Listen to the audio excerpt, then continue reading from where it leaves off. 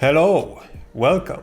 Hi Pigeon, how you doing? How you doing? In this video we're gonna talk about making post-apocalyptic, heavy dubstep tracks. I'm gonna show you two sick projects and some really mind-blowing sound design techniques.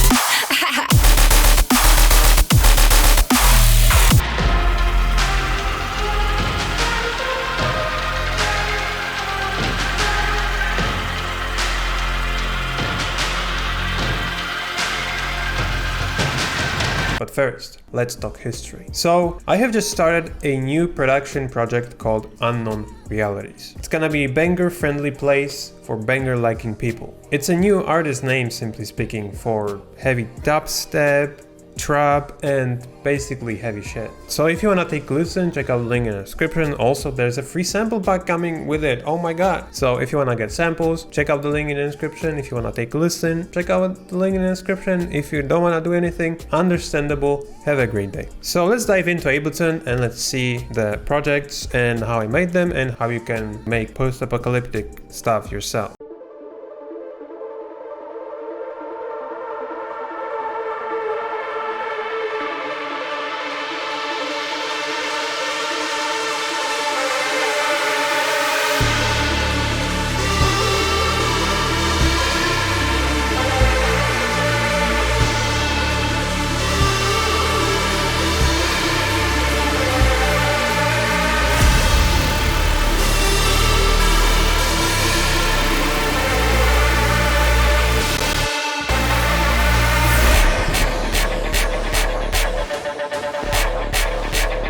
So then we have a build up. Man,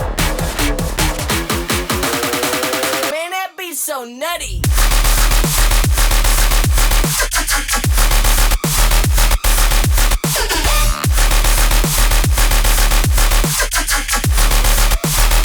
That shit go hard.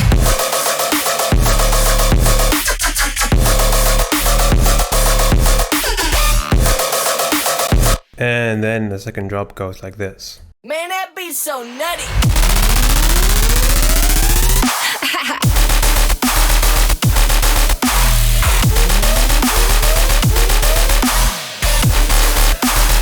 That shit go hard. Yeah, so we're gonna focus on the intro mainly because this is what gives that post-apocalyptic kind of futuristic vibes. So there's a couple of elements. If you wanna make like really post-apocalyptic, I guess futuristic things, a good way to achieve a sound like that is to use some analog synths. Even Serum, but in this case I used a complete control library called Analog Dream. So first of all, let's take a look at this sound. This is simply an ARP that's just playing some notes.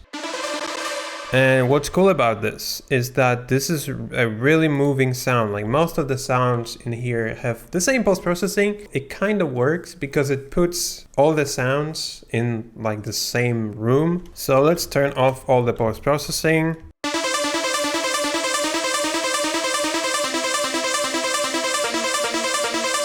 So that plug kind of gives that post-apocalyptic vibes, or like apocalyptic actually. Post-apocalyptic. Why post-apocalyptic? Post-apocalyptic should be more like chill because it's post-apocalypse. I don't know. So this is what happens, and then we have Secret Sauce, which is now called the Drip, but I didn't update it. It makes this like a chorus effect and makes the whole thing move. A bit of the reverb.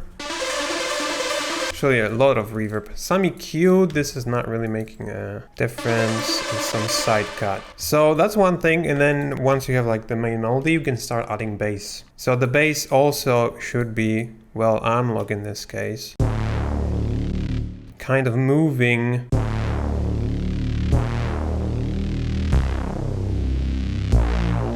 And that's it. If we combine them together.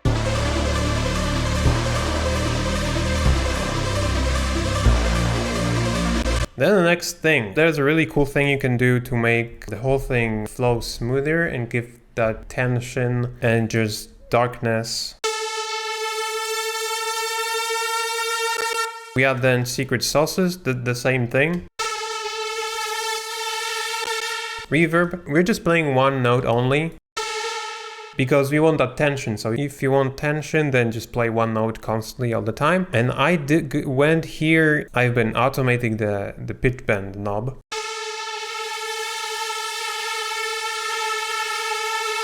Just a constant note, pretty boring, but if we add pitch bend.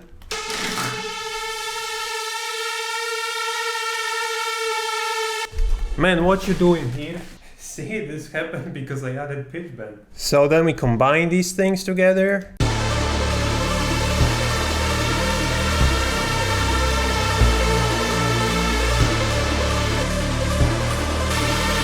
So without this is pretty boring.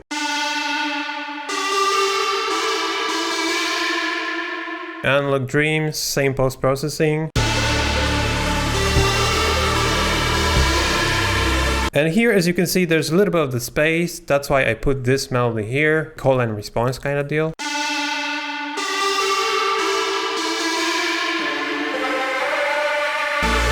And then we transition to the next part of the section, which is like more dirty, heavier.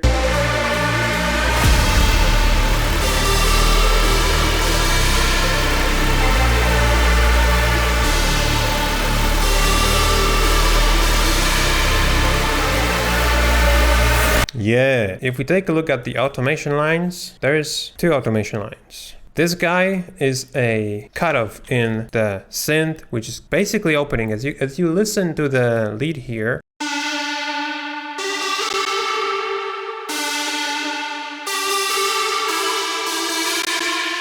in this place it is much brighter because it has to hit harder. If you want something to hit harder, then you just open the whole sound and it really works. And then this bass is getting layered with this one. Just a Reese bass in Serum with some like white noise kind of deal situation. Right, and then distorted here. And then we layer this guy with like really distorted one. I put a decapitator on punish mode, 100% drive, ×2, and it just makes the whole thing just crunched. And that what makes a huge difference, because when you have like a really dirty thing, it just makes the section hit harder. Also, what makes it hit hard is this impact. So without and with. Also in an ARP, to make the better transition, there's a cutoff of the filter opening right here as well. Yeah, so then we go into the second section.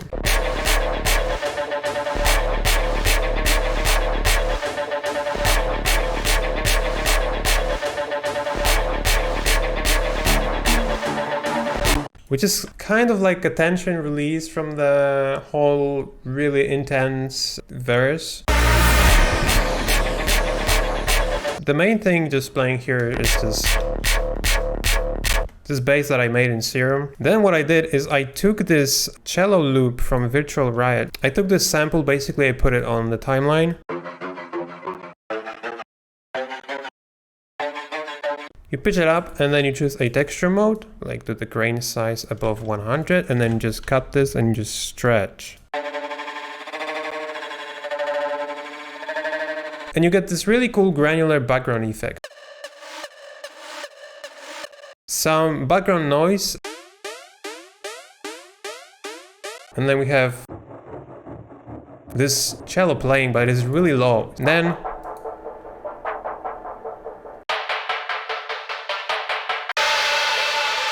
that's a part of the song, right? And then I turn on beats mode and I used an arrow to the right, and I used 1/8.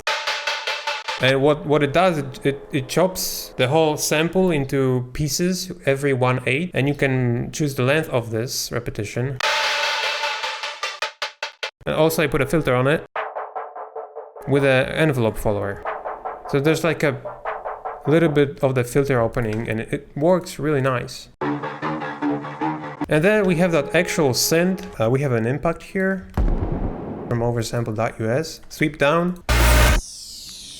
Make the better transition. A fill.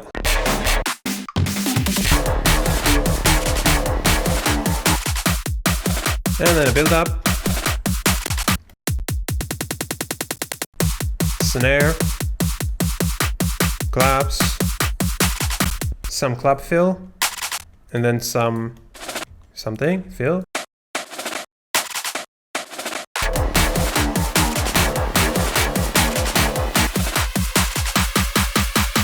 That works really nicely. And then the riser is coming in here. Man, that beat's so nutty. And then the pre-drop, and then the drums are coming in. To make the drop hit harder, you can take a kick, like the kick, and reverse it. And really interesting things are happening here, because we have a main bass. And if I play this without layers, it would be only this thing. What is this? Pretty boring. Also a separate sub. So in the background we have this thing. It's just an insanely huge difference. Also we have this thing. And then we have this thing, which is kind of like a riser. Again, there's a pitch automation. As you can see, the pitch bend is moving here. So as you can see, I made this pattern like it is playing for 2.5 bar. And there's a fill here. Then we are doing a kind of like a switch up, which goes like. Also a little bit of the spaces here, that just works better if you do the sustained note and like it goes like it kind of sounds better when there's a space like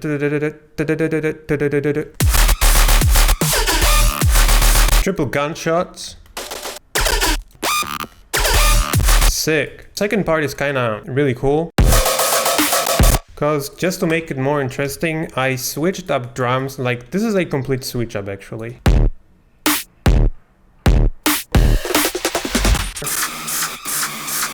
But what's different here is that the main bass and sub bass have been switched. So there's an 808 happening and there's a different bass. The same pattern, but the sound is different.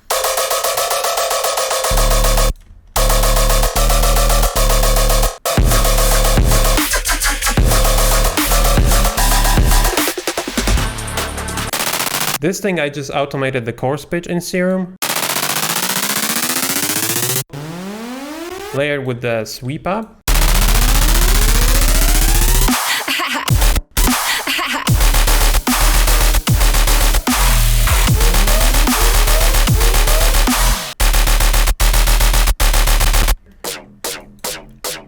But we have some background layers.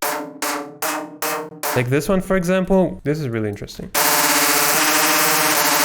Like this is it. I just took a bass, I used a texture mode, I stretched it like crazy, 800 BPM, and I put a LFO tool on it. There's a filter automation, then some delay to make it like a tonal delay. Bass master from oversample.us.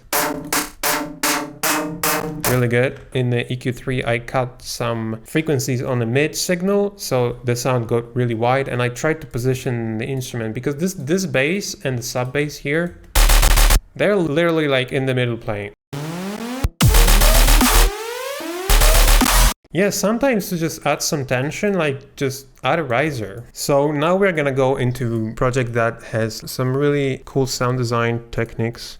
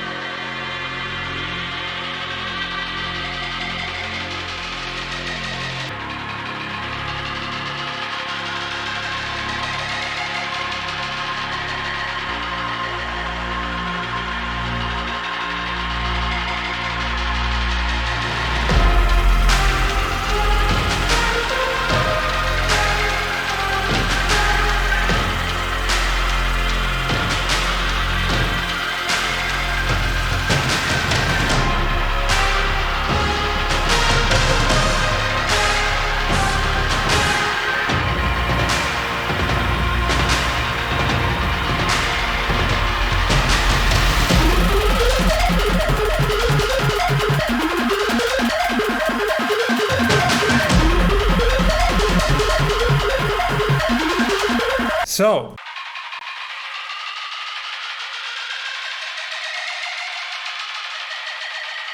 that is a really cool thing. What I did, I have this ARP here playing. I just resampled that. I put it into the separate track. And I used the texture mode and I made this longer. So now what we get is this. This slowly evolving sound, and then this EQ to put it like more in the background. I didn't want to introduce all the frequencies at the beginning too. So another thing is this bass here. More like a lead actually. This is again Analog Dreams lead, just playing one note sustained with a little bit of the filter movement. Again, the same technique. I used texture mode. I made this longer. I added the same post-processing. Also, we have this vocal. Like literally the same thing, stretched. Yeah, there's a respace underneath everything. And as you can see, I cut low end because I didn't want to introduce the sub bass at the beginning of the song. What I'm doing is I'm introducing the sub bass right here with the automation line.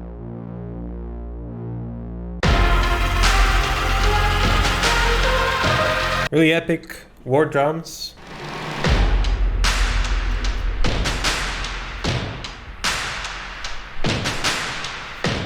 And the switch up here.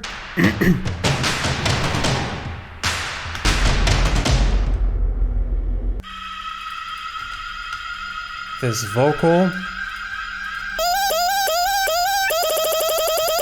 Kind of like a flume sound, right? So what we have is this sampler here. This vocal in the sampler is being looped, and the length of the loop is being increased. That's why at the beginning it's really fast and then it just slows down.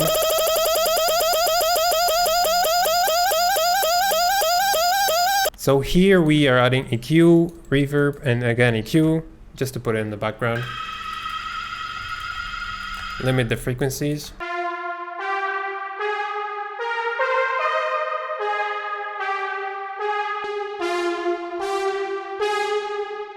Analog Dreams, this EQ to put it like in the background, make it less hard hitting.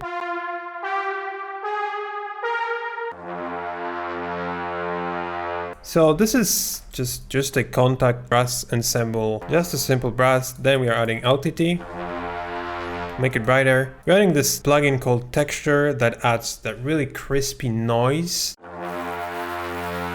Then we are distorting the whole thing.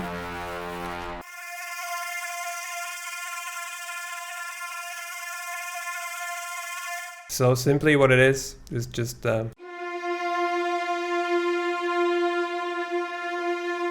a string. What? How did that happen? OTT, EQ, Valhalla Supermassive, secret sauce. Yeah.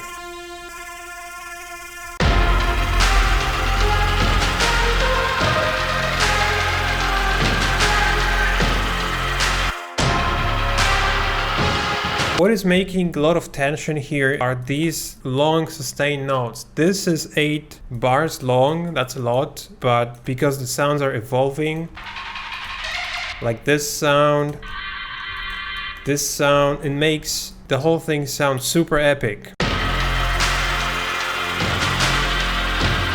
So, man, what is wrong with this light? I hope you enjoyed it and I hope you learned something. If you want to take a listen to the previous track I played, check out the link in the description. Remember, there's a free sample pack. Have a nice day and see ya in the next one. So that's it. If you have any questions, you can leave them in the comment section below. If you enjoyed this video, you can side on that subscribe button. Also, you can visit my site oversample.us for some high quality samples, presets, and free sounds.